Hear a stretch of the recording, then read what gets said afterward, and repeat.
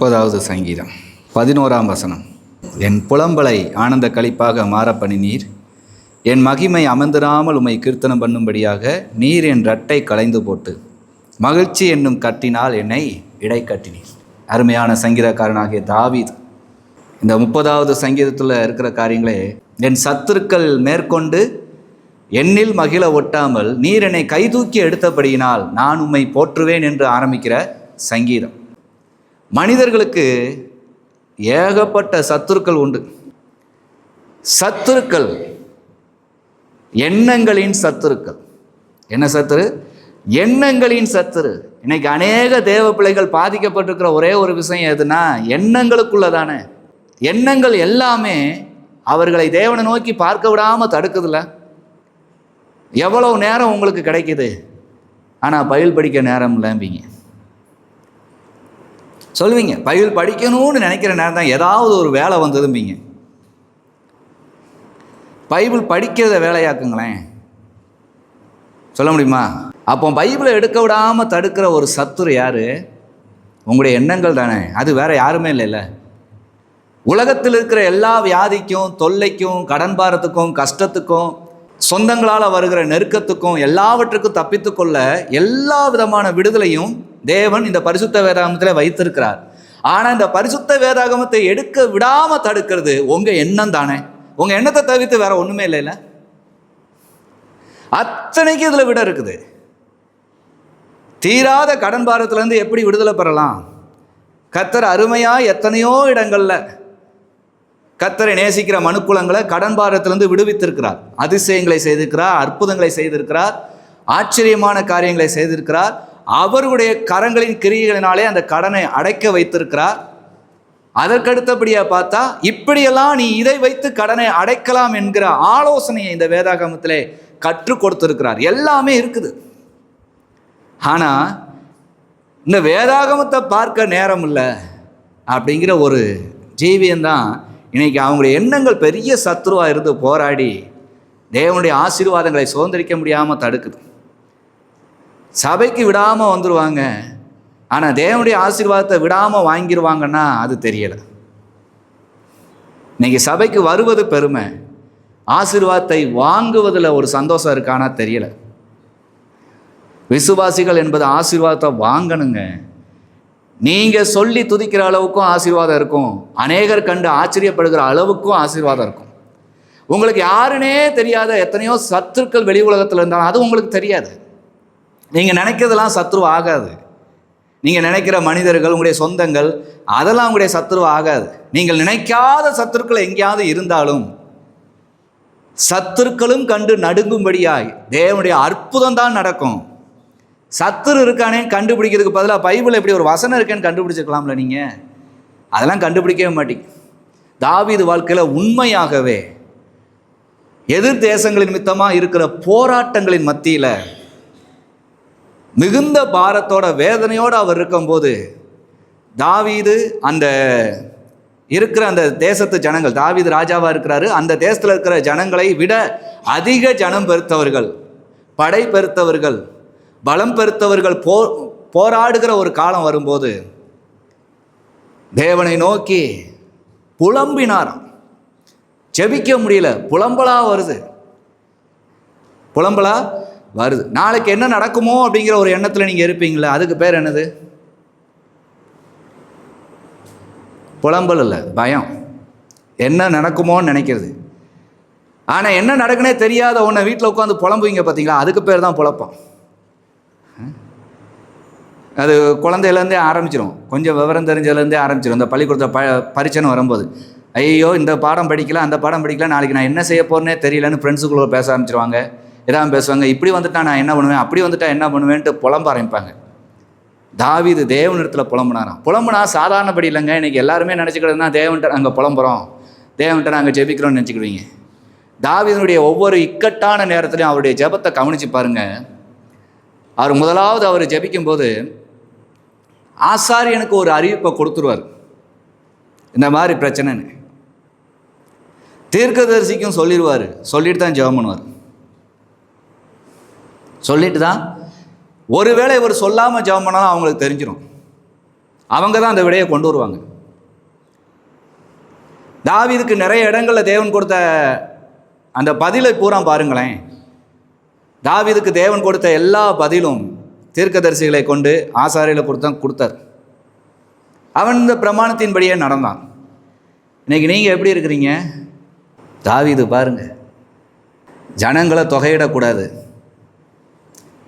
இஸ்ரவேல் ஜனங்களை தொகையிடக்கூடாது, அங்கே இருக்கிற ராஜா. ஆனாலும் தாவீதுக்கு ஒரு பெருமை வந்து, என் காலத்தில் எத்தனை படைபலம் மிக்கவர்கள் இருக்கிறாங்க, எத்தனை காலாட்கள் இருக்கிறாங்க, எத்தனை கல்விமான்கள் இருக்கிறாங்க, எவ்வளவு தீர்க்கதரிசிகள் இருக்கிறாங்க, எவ்வளவு விவசாயிகள் இருக்கிறாங்க, எல்லா கணக்கை எடுத்து என் காலத்தில் வைக்கணும், இது ஒரு சரித்திரத்தில் இடம் பிடிக்கணும்னு அதை என்ன சொல்லுகிறான். இவன் தான் முன்னாடி எல்லாமே கற்றுக் கொடுத்தவன் தாவீது. படைத்தலைவனுக்கும் எல்லாத்துக்கும் பிரமாணம் இப்படி சொல்லுது, பிரமாணம் இப்படி சொல்லுதுன்னு படைத்தலைவன்ட்டே சொல்லி அனுப்புகிறான். நீ என்னாகு ஜனங்களை தொகையிடு. படைத்தலைவன் திரும்பி சொல்லுகிறான், ஐயா ராஜா, ஜனங்களை தொகையிடக்கூடாதுன்னு தேவன் மோசையை கொண்டு சொல்லியிருக்கிறாரே, அது கடற்கரை மணலத்தனையாக பெருகுன்னு சொல்லியிருக்கிறாரே, நம்ம என்ன கூடாதே அப்படின்னா, நான் ராஜா சொல்வதை செய். இந்த சத்துரு யாரு? இப்போ தாவீதுக்குள்ள இப்படி ஒரு சத்துரு போராடிச்சே, இந்த சத்துரு யாரு? அவனுடைய எண்ணங்கள் தான் அவ்வளோ பெரிய சத்துருவாக மாறிச்சு.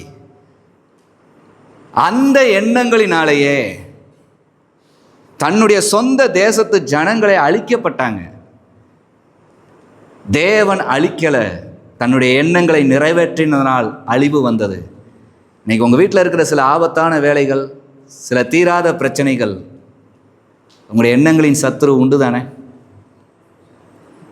இது தெரியாதபடிக்கு இருந்தா இப்போ ஆண்டவர்கிட்ட புலம்புறாரு தாவீது, ஆண்டவரே நான் தவறு செய்துட்டேன், நான் இப்படி ஜனங்களை தொகையிட சொன்னது ஏன் தவறு தான், நான் தானப்பா எண்ணிட்டேன், நான் மன்னியும்னு தன் பாவத்தை அறிக்கையிட்டான். உங்கள் வாழ்க்கையிலையும் சிந்திச்சு பாருங்கள், இந்த மாதிரி எவ்வளவு மீறுதல் இருக்குன்னு. ஞானம், அறிவு, விவேகம் எல்லாம் கர்த்தர் கொடுத்தாரு, படிப்பு எல்லாம் ஆண்டவர் தான் கொடுத்தாரு, உண்மைதானே? அதை மற்றவங்ககிட்ட சொல்லும்போது இருக்குதா? 150 சங்கீதம் இருக்குது, இதில் ஏகப்பட்ட சங்கீதங்கள் பாடினது தாவி தான். இதில் எதை பார்க்குறோம்? தேவனுடைய வல்லமையை பார்க்குறோம். உங்களுடைய பேச்சில் தேவனுடைய வல்லமையை பார்க்க முடியுதா? எது தேசத்து ராஜா? எல்லாருமே தேவனுடைய வல்லமையை பார்த்தார்கள் தாவீது அறிக்கையிட்டதுனால. இன்னைக்கு உங்ககிட்ட அறிக்கை இருக்குதா? ஏதாவது ஒரு நன்மை வந்தால் உங்களால் வந்தது, பிற புலம்பல் மட்டும் கர்த்தரால் வந்ததா? உங்களுடைய எண்ணங்களின் சத்துருக்களை முதலாவது நீங்கள் முறியடிக்க பழகுங்க.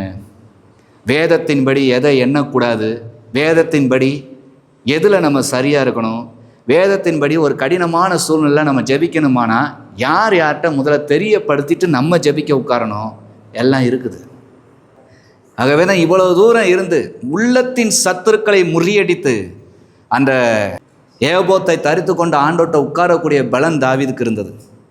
ஆகவே தான் சொல்கிறான், என் புலம்பலை நீர் ஆனந்த களிப்பாக மாற பண்ணினேன். அடுத்து எனது என் மகிமை அமர்ந்திராமல் உம்மை கீர்த்தனம் பண்ணும்படியாக. மகிமை மிகப்பெரிய போராட்டத்தில், கஷ்டத்தில், கண்ணீரில் ஆண்டவர்கிட்ட ஜெபிச்சாரு, புலம்புனாரு தாவீது. இப்போ அது ஆனந்த களிப்பாக மாறிடுச்சு. மாறினா பிறகு உலகத்தில் என்ன நடக்கும்? தாவீது இப்படி ஒரு தோல்வியில் போய்கிட்டு இருந்தார். ஆனால் இன்னைக்கு என்னப்பா, எல்லாமே அவருக்கு உயர்வாக மாறிச்சு, எல்லாமே அவருக்கு வெற்றியாக மாறிச்சுன்னு எல்லா ஜனங்களும் சொல்லும்போது அதுதான் மகிமை. மகிமைங்கிறதுக்கு பல அர்த்தம், ஆங்கிலத்தில் குளோரிம்பாங்க, அதுக்கு உயர்வு பெயர் இருக்குது, பெருமை, பெயர், புகழ் எல்லாமே அடங்கும். தேவன் எல்லாவற்றையும் அந்த தாவீதுக்கு கொடுத்தாரு. அவன் என்ன சொல்லுகிறான்? இந்த உயர்வு, இந்த மேன்மை அமர்ந்திராமல் உம்மையே கீர்த்தனம் பண்ணும் ஆண்டவரே. தாவீது, எப்படி நீங்க இப்படி உயர்ந்தீங்க, எப்படி வந்தீங்க? எல்லாம் என் தேவனால. கர்த்தர் என் மேய்ப்பராக இருப்பதனால நான் உயர்ந்தேன். அவர் எனக்கு ராஜாவா இருப்பதனால, நான் அவர் கீழ்ப்படிந்து நடந்ததுனால நான் உயர்ந்தேன். மோசேயின் பிரமாணத்தை ஒழுங்காக வாசித்து அதில் இருக்கிற திட்டங்களெல்லாம் தேவன் எனக்கு வெளிப்படுத்தி கொடுத்தார். அதன்படி என் குடும்பமும் என் ஜனங்களும் நடக்க வேண்டும் என்று நானும் நடந்து காட்டுறதுனாலே உயர்ந்தேன். தேவன் கொடுக்கவில்லை என்றால் எனக்கு இந்த உயர்வு இல்லை என்று அமர்ந்திராமல் கீர்த்தனம் பண்ணுனானா. இன்னைக்கு ஒரு வெற்றி கிடைச்ச அவங்கள கையில் பிடிக்க முடியுமா சொல்லுங்க? வெற்றி கிடைச்ச உடனே சர்ச்சைக்கு வர நேரம்லாம்பாங்க. உயர்வு வந்த உடனே கர்த்தர் தெரிய மாட்டுக்கு, உயர்த்தினவர் தெரிய மாட்டுக்கு. ஆனால் இங்கே தாவீது பாடுகிறார், என் மகிமை அமர்ந்திராமல் நீங்கள் எனக்கு கொடுத்த உயர்வு, என் மேன்மை, என்னுடைய ஞானம், அறிவு, செல்வம் எல்லாமே நீர்தான் என்பதை நான் தானே அமர்ந்திராமல் கீர்த்தனம் பண்ணணும். நான் கீர்த்தனம் பண்ணுவேன் ஆண்டவரே. கீர்த்தனம் என்றாலே கீர்த்திப்படுத்துவது, அதை நிறைய இடங்களில் கொண்டு போய் சேர்ப்பது. தாவீதை எல்லா இடத்துலேருந்தும் தேடி வந்து விசாரிக்கும் போது இவன் எல்லா இடங்களுக்கும் அதை கொடுக்குறான். என்னது? எல்லாமே என் தேவனால் வந்தது, இந்த உயர்வு என் தேவனால் வந்தது. புலம்பலை ஆனந்த களிப்பாக மாற பண்ணும்போது ஒரு உயர்வு மனிதனுக்கு வருகிறது. அந்த உயர்வுல அவன் மகிழாமல் ஒன்றை வெளிப்படுத்துகிறான், இது என் தேவனால் வந்தது என்று கீர்த்தனம் பண்ணுகிறான். அடுத்து ஒன்று என்னது? நீர் என் ரெட்டை களைந்து போட்டு. சாக்கு துணி உடுத்தி தான் அன்றைக்கி துக்கத்தில் கடந்து கத்தட்ட துதிப்பாங்களாம். துக்கம் வந்துச்சுன்னா சாக்கு துணி தான் உடுத்துவாங்களாம். உடுத்திட்டு வீட்டுக்குள்ளே என்ன வாங்கலாம், உட்காந்துட்டு ஜெபம் பண்ணுவாங்களாம். சாக்கு துணி போட்டு தான் பண்ணணும். ஆண்டவர் என்ன பண்ணாராம்? அன்றைக்கே தாவீதினுடைய அந்த ரெட்டை, அந்த சாக்கு துணியை தேவன் களைந்து போட்டாராம். நீ ரெட்டு உடுத்தி கிடக்கணுங்கிற அவசியம் இல்லை, நீ சாக்கு துணிலே இருக்கணுங்கிற அவசியம் இல்லை. உன் புலம்பலை ஆனந்த கழிப்பாக மாற பண்ணினேன்னு நிரூபிச்சானா. இன்றைக்கி நிறைய பேரை விட்டு நீங்காது இந்த சாக்கு துணியா.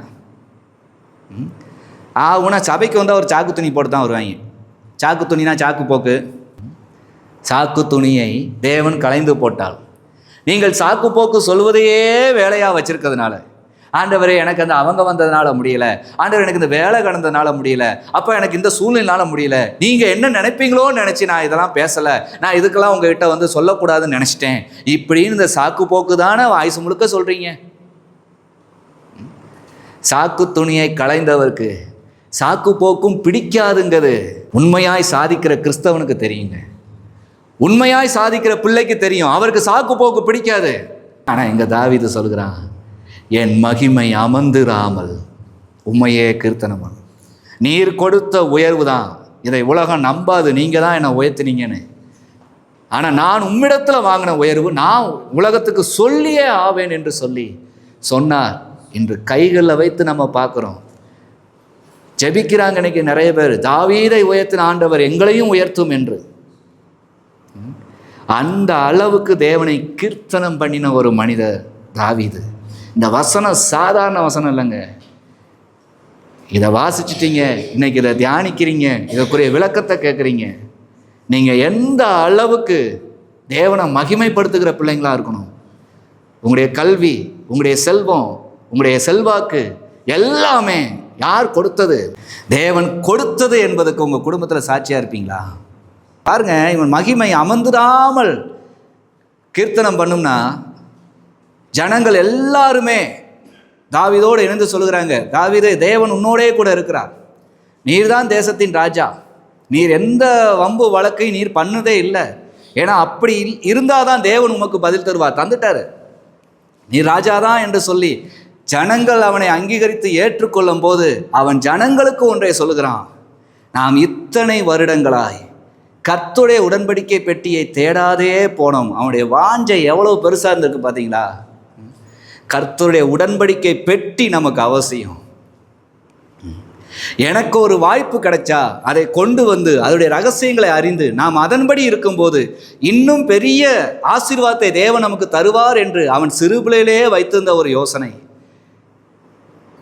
இப்போ ஜனங்கள் அவனை ராஜா, நீரா ராஜா, தேவன் உம்மோடு கூட இருக்கிறார்னா தேவன் ஏன் தாவீதோடு இருந்தார்? தொலைந்து போன உடன்படிக்கை வேண்டும் என்று ஆசைப்பட்டான்.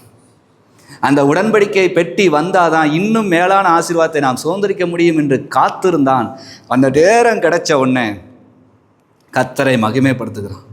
ஜனங்களும் அது நல்லது என்று சொல்லி என்னானாங்க, எல்லா இடங்களையும் அந்த பெட்டியை தேடி கண்டுபிடித்தார்கள், கொண்டு வந்தார்கள். அதை அந்த முறைமையின்படியே கொண்டு வந்தார்கள். அப்போ தாவீது வாழ்க்கையும் சரி, அந்த தேசத்து ஜனங்களுடைய வாழ்க்கையும் சரி ஒழுங்குபடுத்தப்படுகிறது. அதை முறைமை இல்லாமல் கொண்டு வந்தால் அடி விழுது. அதை முறைமையோடு கொண்டு வரணும். எப்படி? லேவியர்கள் தவிர வேறொருவரும் அதை கை வைக்க முடியாது. அப்போ அந்த லேவி கூட்டங்கள் திரும்பவும் உருவாக்கி தெளிவான நோக்கத்தில் தேவன் கொண்டு வர உதவி செய்தார். இன்று கிறிஸ்தவன் என்று நீங்கள் சொல்லிட்டீங்க, உங்களுடைய வாழ்க்கையில் உங்கள் வீட்டில் உங்களுடைய ஒழுங்கு இருக்குதா? உங்களுக்கு தேவனுக்கு பயப்படுற பயம் வந்துருச்சா? நீங்கள் அந்த தெய்வ பயத்தோடு நடந்து கொள்ளுகிறீங்களா? பாருங்களேன். உடன்படிக்கை பெட்டியை அனுதினமும் தேடணும். இதுதான் உடன்படிக்கை, தேவன் உங்களோடு பண்ண உடன்படிக்கை. இதை தேடி இதன்படி நடக்க ஒப்பு கொடுக்கணும். உங்களை ஒப்பு கொடுத்து நடக்க நடக்க உங்களுடைய வீட்டில் சொந்தங்கள் முதிர் வயதாக இருந்தாலும் சரி, உங்களை விட இளைய வயதில் குறைந்தவர்களாக இருந்தாலும் சரி, உங்கள்கிட்ட ஞானம் கேட்டு நிற்பாங்க. நீங்கள் சொல்வது உங்களுடைய சுய புத்தியின் மேலே சாராமல் வசனத்தின்படியே இருக்கும்போது அவர்களுடைய வாழ்க்கையும் வெற்றி அடையும், மிகுந்த ஆசீர்வாதம் உருவாகும். அதைத்தானே தாவீது வாழ்க்கையில் நம்ம பார்க்குறோம். உடன்படிக்கை பெட்டி வந்ததுனால இன்னும் ஒரு மேன்மை வந்ததில்லை இஸ்ரவேல் ஜனங்களுக்கு. இன்னும் எந்த சத்துருக்களும் அசைக்க முடியாத அளவுக்கு ஒரு பெரிய நோக்கத்தில் போனாங்கல்ல. அதற்கு முன்னாடி தன்னுடைய எண்ணங்களில் ராஜாவாயிட்டோம், பார்ட்டி ஒப்புங்கிற எண்ணம் இல்லாதபடி தேவனுடைய உடன்படிக்கை பெட்டியை தேடின அந்த எண்ணங்கள் அவனை உருவாக்குச்சுல.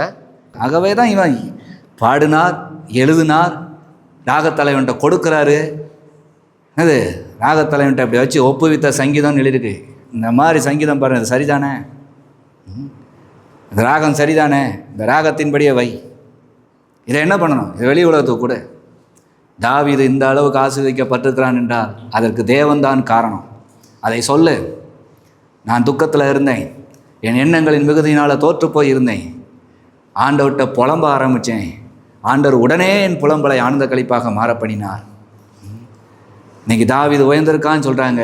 இந்த உயர்வு, இந்த மகிமை அவர் தந்தது தான். நான் கீர்த்தனம் பண்ணுவேன், சபைகளின் நடுவிலே கீர்த்தனம் பண்ணுவேன், ஜனங்களின் நடுவிலே கீர்த்தனம் பண்ணுவேன், உலகம் எல்லாவற்றுக்கும் நான் கீர்த்தனம் பண்ணுவேன் என்று கீர்த்தனம் பண்ணுகிறான்.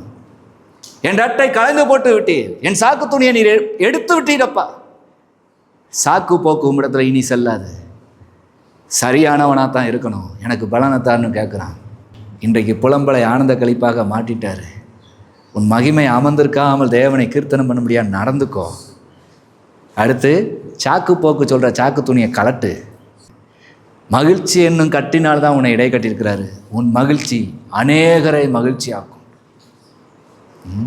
இந்த வழியாக வாழ்ந்தால் நமக்கும் இந்த மகிழ்ச்சி கிடைக்குங்கிற மகிழ்ச்சிக்குள்ளே இருக்க கற்றுக்கோங்க. கர்த்தர் உங்களோட பெரிய காரியத்தை செய்வார். முழங்கால் படித்தோம்.